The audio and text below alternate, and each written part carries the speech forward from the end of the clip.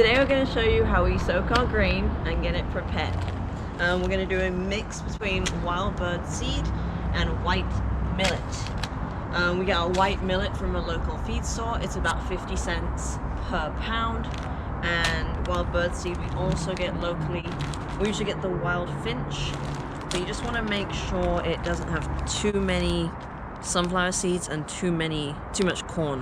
It doesn't even need corn. But yeah, usually the finch at the local store. We usually use a 5-gallon bucket to soak the grain. Our first job is to get rid of the grain that is not suitable, and the ones that have burst or broken, and also the sunflower seeds we do not want. So first, to get the floaters off the top.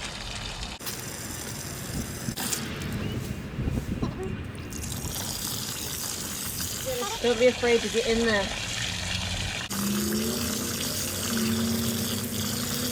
Mycelium loves millet and we love the price of it, but the only downside is there are a lot of floaters, but it does balance out in the end with price. Alright, so now we've got these at the top. Take them to a part of your garden where you wouldn't mind sunflowers growing. And use them all.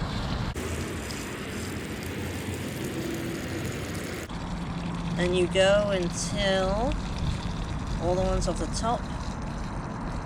Yep, so we'll just repeat this process continuously until there are no more pieces of grain floating on the top. It's also kind of meditative to take each step of this process mindfully and to observe every part of it so that you can get better at your process. This is our process that we've refined and it works, so we keep doing it.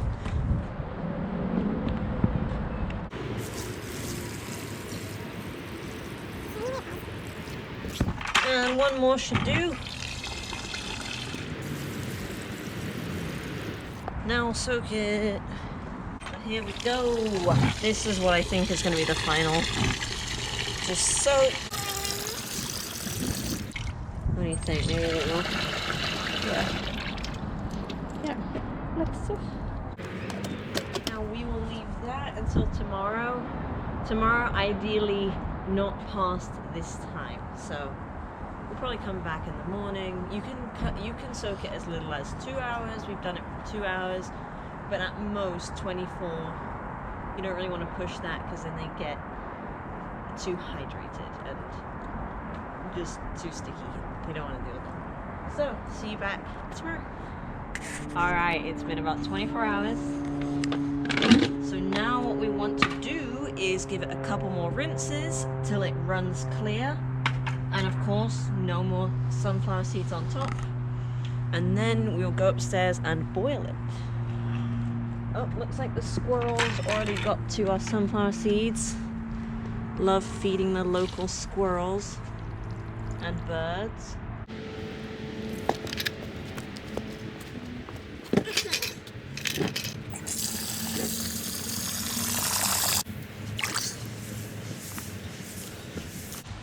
It's getting starchy.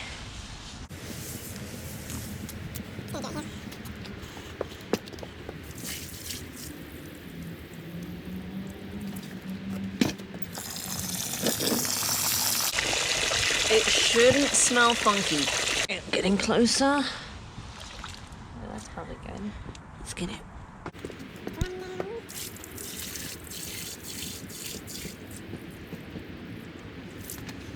Okay, should we call it? Yeah. Alright, we'll go upstairs and boil. Right, so now we've poured in some of our grain, as much as we can. This is our biggest pot. I'm going to cover it because they do absorb some water. Your lid on. Put your burner up to the highest heat. Set a 30-minute timer, and what we'll periodically do is stir it so that we don't get any bursts. We don't want it to overcook. So we've got our pot going, and then we also have a bit more millet that didn't fit. But that's fine because we'll just do this whole process again. And we find it more worth it to do more grain at once and just double up on the boil process instead of doing less grain. And so in this time, while it's boiling and you're monitoring it, you also want to set yourself out a couple of towels on the floor. And if you have an AC unit or a fan that can blow on it, then that'll be great because then it will help cool it down a bit faster. So we'll go do that right now. Time now to get your towels for your millet to dry on. We have this towel that we just use every time. Double it over. We have our AC unit here. We usually point it towards, and then since we made a lot of grain, we're going to put an extra towel, and sometimes we even have a third. Just have a few clean towels on hand. Fold them over. And get them close to each other. And then we're going to pour the grain down on that. So you want some good heat distribution, so grab your utensil and give it a couple stirs.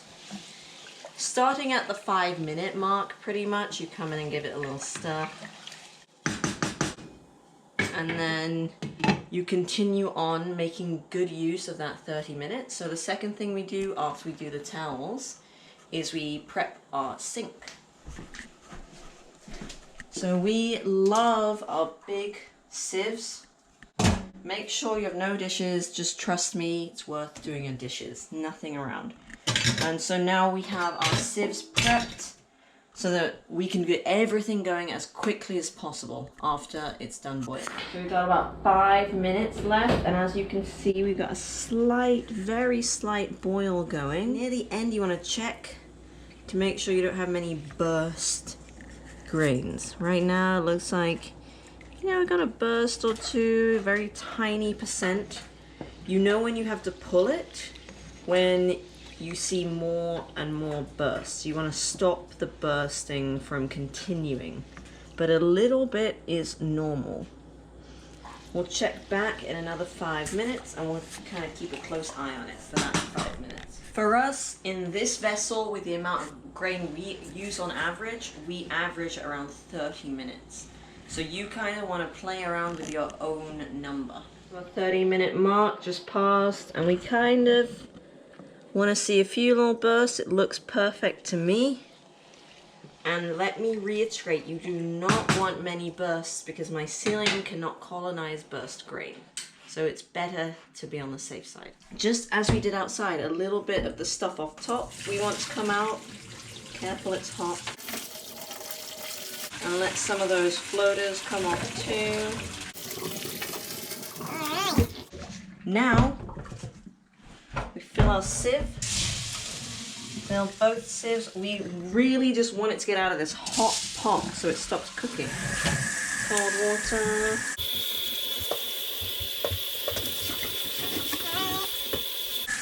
Cool that down a bit. Okay, no worries. It happens sometimes. Alright, let's just put that in there for now. I would love to have a big sink. Alas. Okay. Here, I'll take this. Gotta improvise. Just get rid of this grain first. Put that in there. Thank you. Okay. So what we can do is we can do a little bit of problem solving. We get a scoop. That's really good. The rest I think we can sacrifice. Yeah. Maybe one more scoop. We're kind of just racing against time in a way where we don't want the grains to cook anymore. But at this point, I think we're in the clear. Okay. Feels good. Careful there because it still could be hot. So now it is cool enough. So now our job is to drain it. So you want to do this for a while. This is our preferred way. Give a little bit of exercise. Let gravity take the excess water so that our towels don't get too soaked. Okay. Do this for just like a minute or two. Alright, so pour it out. No real technique there. Just spread it. Thank you for tuning in to watch my video on how to prepare your grain for mushroom cultivation. I hope it helps you a lot. I had a little bit of time in the video to do this voiceover, so here we go. Good luck on your journey, and let me know if you have any questions. Feel it. Be one with the grain. Make a fun design. It's very meditative. Like a monk. Push it to the edges. I like to put some little holes in it like that. It's fun, but we also think it might help. And you will 100% spill millet, so I hope you have a vacuum cleaner. Alright, so now we're going to leave this for approximately 8 hours. General rule is that you don't want it to stick to your hands. So if you grab it, as long as most of the grains come off your hands, then you're good to go. Alright, so we are going to go to bed, and so the best way to kind of leave it overnight is to cover it.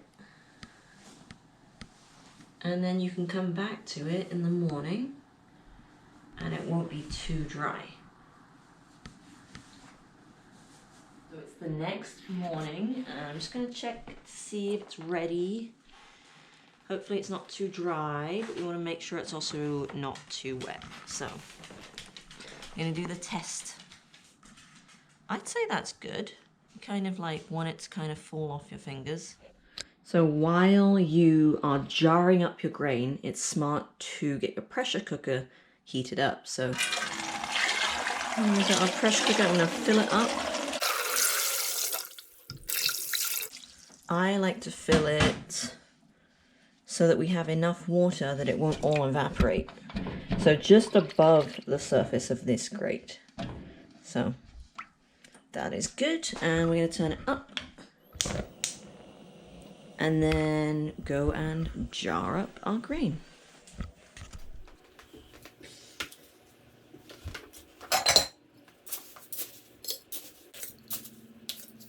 Okay. Don't fill it all the way. Fill it so you have enough space, because it will expand inside of here.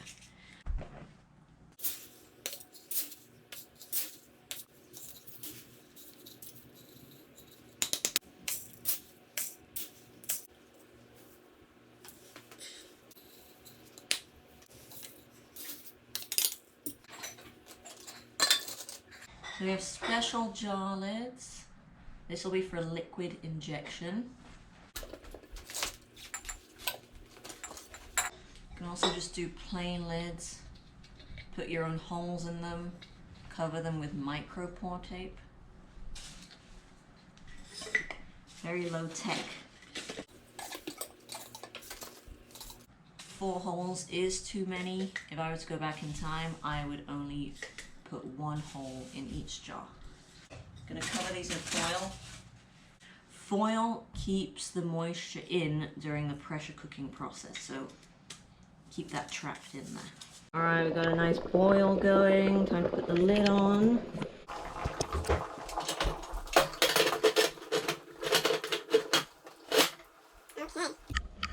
So you should start seeing it come up to pressure, and you should also see the locking mechanism lock it. So I don't know if I did that completely right, so let's try again.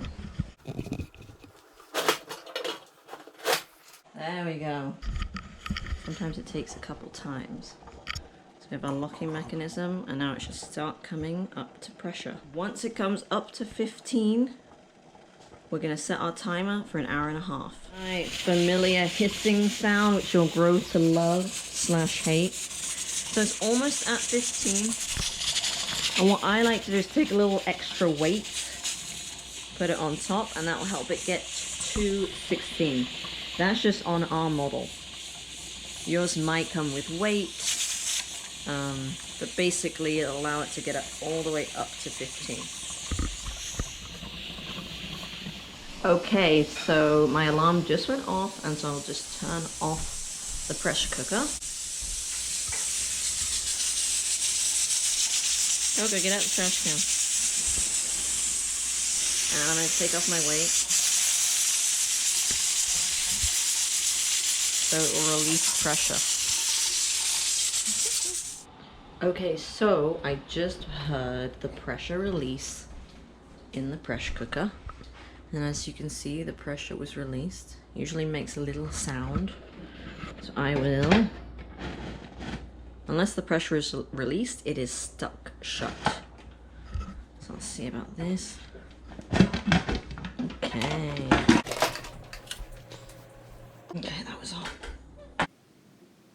So with this particular batch, we didn't end up using foil for all of them. We were kind of experimenting with trying using upside down lids and silicone, like you could see in the middle. And anything that traps in that moisture during this process will work. I will say foil is the easiest, but it's not the best for the environment. So if you have any suggestions, drop a comment down below. Alright, so it's time for the second round of the pressure cooker. A lot of the water did evaporate, so we're going to replenish back to that level that we had it before. That looks good. Just chuck it all in. And now we can put the lid back on, crank up the heat to high.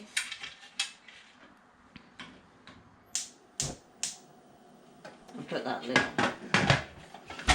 Make sure you check on it after you hear it boiling to make sure that it's actually on there properly. So you might need to readjust it. Alright, so we've got all of our jars ready to go for inoculation. And so after we inoculate, we will get something that looks a little bit like this.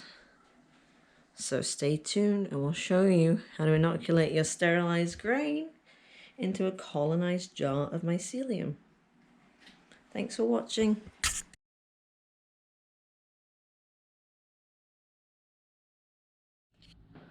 Alright, so today we're going to inoculate these jars with wine cap, spores, and firstly I'd like to address how we handle these lids. So with the silicone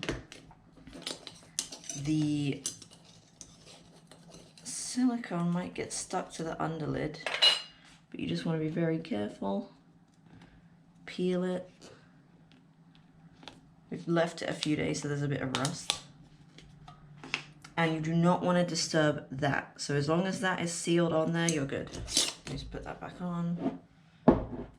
Same with this. Gotta be very careful.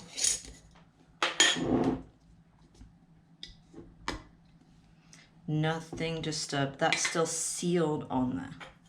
Put the lid back on. Thanks again for watching. Please like and subscribe.